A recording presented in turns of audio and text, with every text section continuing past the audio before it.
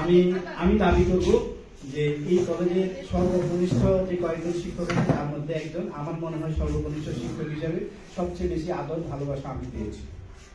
আমি অনেক বেশি ভালোবাসা পেয়েছি এই কলেজ থেকে। আমি একটু আগেও বলেছি আমার ডিপার্টমেন্ট থেকে বিদায় দিয়েছে। আমি এই কলেজে থাকাকালীন পেজে আমার দুটো লেখা পাবলিশ হয়েছে। প্রথম আলোতে আমার একটি লেখা পাবলিশ হয়েছে। ঢাকা বিশ্ববিদ্যালয়ের ন্যাশনাল সেমিনারে আমি একটি পেপার প্রেজেন্ট করেছি।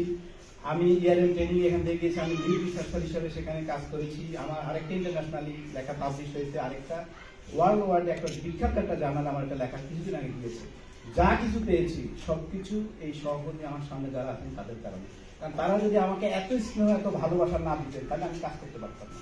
আর প্রিন্সিপাল স্যার, আমি অনেক কলেজে চাকরি করেছি, সব কলেজে প্রিন্সিপাল স্যার আমাকে অনেক বেশি আদর করতেন, এটা প্রকাশ্য হোক অপ্রকাশ্য হোক। কিন্তু এই প্রিন্সিপাল স্যার আমাকে একটা স্বীকৃতি দিয়েছেন যে আমি পাইনি, সেটা হচ্ছে আমার নাম দুবার উনি শ্রেষ্ঠ শিক্ষক হিসেবে এই কলেজ থেকে পাঠিয়েছেন। আমি আজীবন এটি পালন করবো। আমি সবসময় বলি আমি সোশ্যাল ওয়ার্ক যতটুকু রিয়েলাইজ করি ততটুকু ভিজুয়ালাইজ করি, ততটুকু আমি চোখে দেখার চেষ্টা করি। আমি এই জন্য কোনো প্রশাসনিক পদে যেন কোনো জায়গায় এনসিটিভি বা এই সমস্ত জায়গায় যদি আমাকে ডাকে আমি যদি চিন্তা করি আমি তাদের কি যাবো না। আমি ক্লাসরুমে থাকতে পছন্দ করি। স্যার, আমি আপনার প্রতি অশেষ কৃতজ্ঞ। আমার এখানে অনেকগুলা কমিটিতে আমাকে রেখেছেন, অনেকগুলা কাজের সাথে ছিলাম, আমার অনেকগুলা কাজের হাতে গড়ি হয়ে গেছে। আমাকে এই সুযোগ দেওয়ার জন্য আমি অশেষ কৃতজ্ঞতা জ্ঞাপন করে আমার বক্তব্য শেষ করছি।